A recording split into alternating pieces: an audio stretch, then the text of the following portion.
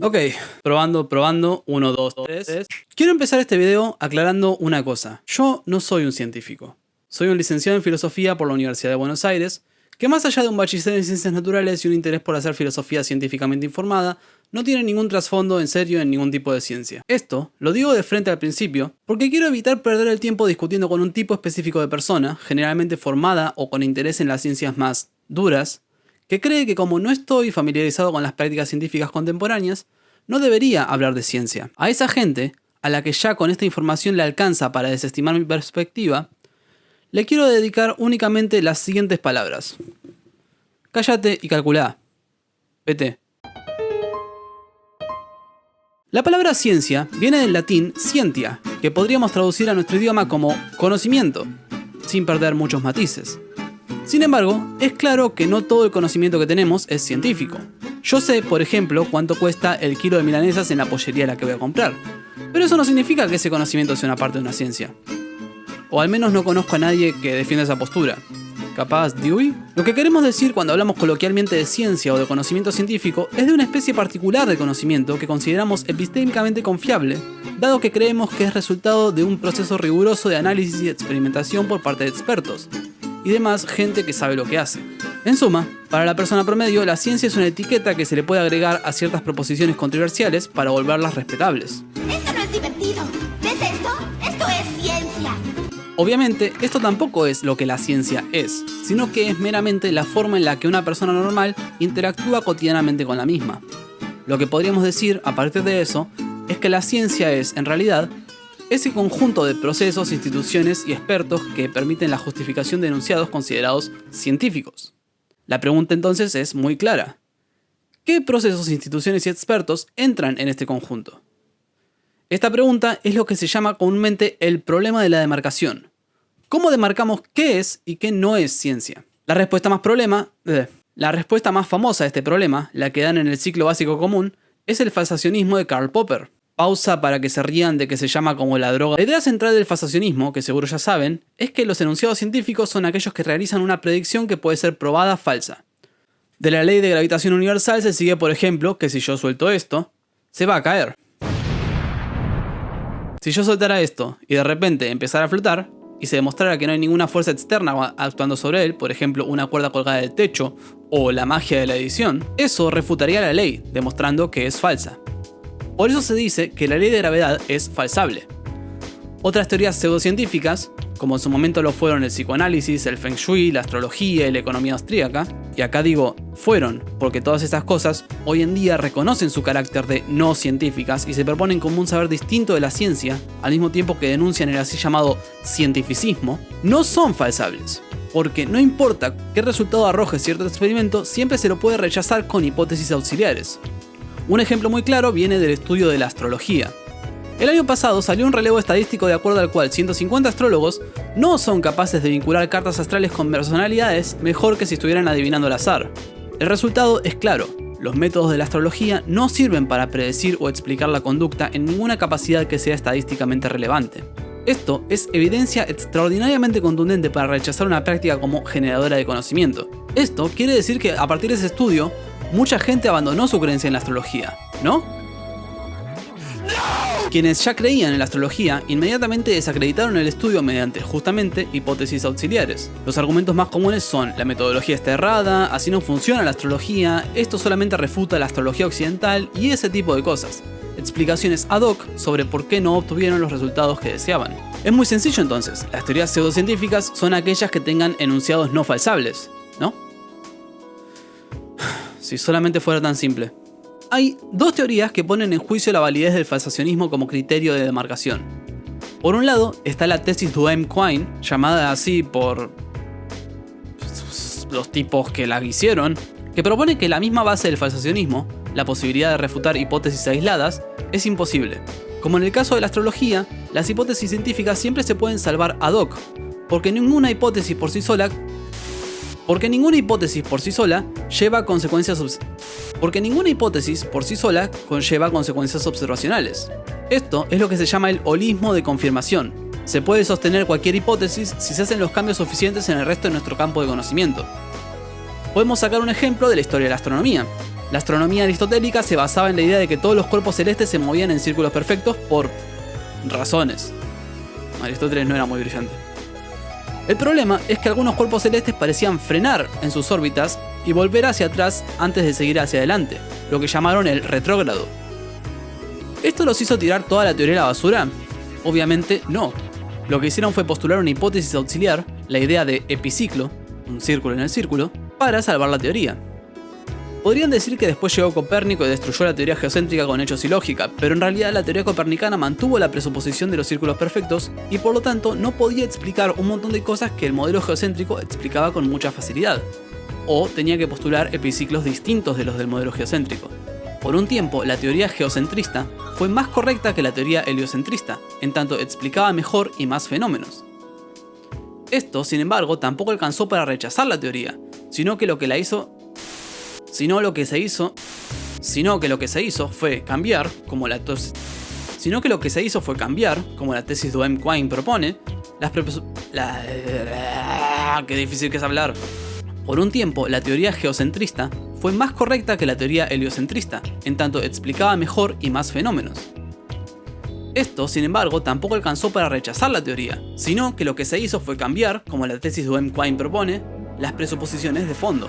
Los verdaderos héroes de la así llamada revolución copernicana son en realidad Kepler por un lado, que rechazó la presuposición de círculos perfectos y propuso una órbita elíptica para los planetas que explicaba su movimiento sin epiciclos, y Galileo por el otro, que pudo demostrar empíricamente que estos modelos matemáticos se adecuaban a la observación. Este proceso llevó en realidad alrededor de 1800 años, y recién cuando todas las piezas del rompecabezas encajaron, o más bien dejaron de encajar, es cuando se cambió la teoría. Fuck. La otra idea, mucho más conocida y que también se da en el ciclo básico común, es la idea de que el desarrollo de la ciencia está siempre condicionado por factores extracientíficos, muy famosamente expuesta en La estructura de las revoluciones científicas de Thomas Kuhn. De acuerdo a Kuhn, en los periodos de lo que llama ciencia normal, el desarrollo científico se centra en la resolución de problemas alrededor de un paradigma o ejemplo de cómo se resuelven estos problemas. Ejemplos de paradigmas, ese es el mejor chiste del video, actuales son la mecánica newtoniana, el modelo heliocéntrico y la genética mendeliana. Pero en su momento los paradigmas dominantes fueron principalmente lo que sea que había dicho Aristóteles. En este esquema, si un experimento particular contradice al paradigma, el experimento es catalogado como una anomalía y dejado de lado hasta que las anomalías empiezan a apilarse, lo cual genera una crisis y eventualmente un cambio de paradigma. Esto es lo que ocurrió, históricamente hablando, en la Revolución Copernicana. No es que se abandonó inmediatamente la teoría anterior, sino que una vez presentada una postura alternativa, debió pasar a luchar por lo que podríamos llamar la hegemonía científica, el consenso de la comunidad científica de que una teoría es cierta, y eso solo se logra a partir de la crisis del paradigma, que surge, crucialmente, por factores extracientíficos. Eso es suficiente introducción, creo. A partir de estas dos tesis, de Ohm-Quine y Kuhn, mucha gente empezó a cuestionar la objetividad del conocimiento científico, y empezó a ver las teorías científicas como constructos sociales, influenciados por la política y la economía de su época. Podríamos decir que la estructura de las revoluciones científicas fue el primer disparo en lo que hoy podríamos llamar la primer guerra científica. A partir de estas ideas, con respecto a la influencia de factores extracientíficos en ciencia, se formaron durante 30 años dos bandos bien definidos. Por un lado, aquellos que negaban la influencia de factores extracientíficos, los realistas científicos, y por el otro, todo el resto del mundo, que acepta alguna versión de que sí, la ciencia es una práctica humana y como práctica humana es susceptible a factores políticos, económicos y sociales. Este lado lleva alrededor de 40 años siendo acusado de posmoderno y de utilizar a la ciencia con fines políticos. Porque, por ejemplo, crear la bomba atómica es una forma apolítica de hacer ciencia. Un dato que vale la pena mencionar acá es que con el fin de la Guerra Fría en el 91, el gasto público dedicado a la ciencia en los Estados Unidos declinó considerablemente. Y ahí es cuando empezaron las acusaciones de utilizar a la ciencia con fines políticos.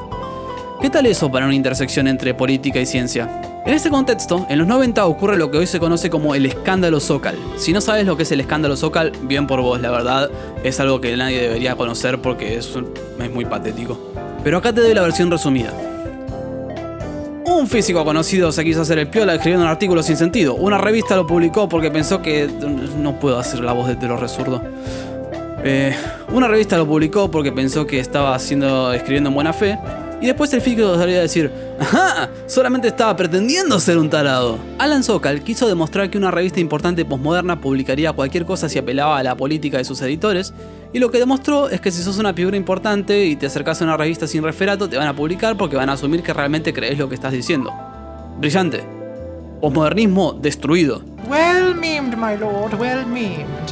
No tengamos en cuenta cosas como el escándalo Bogdanov, en el que dos desconocidos publicaron múltiples artículos sin sentido en varias revistas científicas que además tenían referato ciego. Eso es simplemente mala ciencia. Se le excusa a la ciencia tener mala ciencia, pero a la filosofía no se le excusa hacer mala filosofía.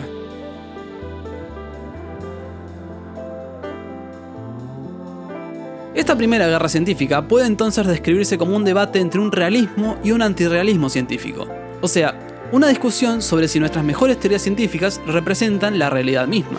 Incluso esta formulación cruda le da demasiado respeto a la primera guerra científica, pero el debate subyacente que se encuentra uno si toma caritativamente ambas posturas es ese.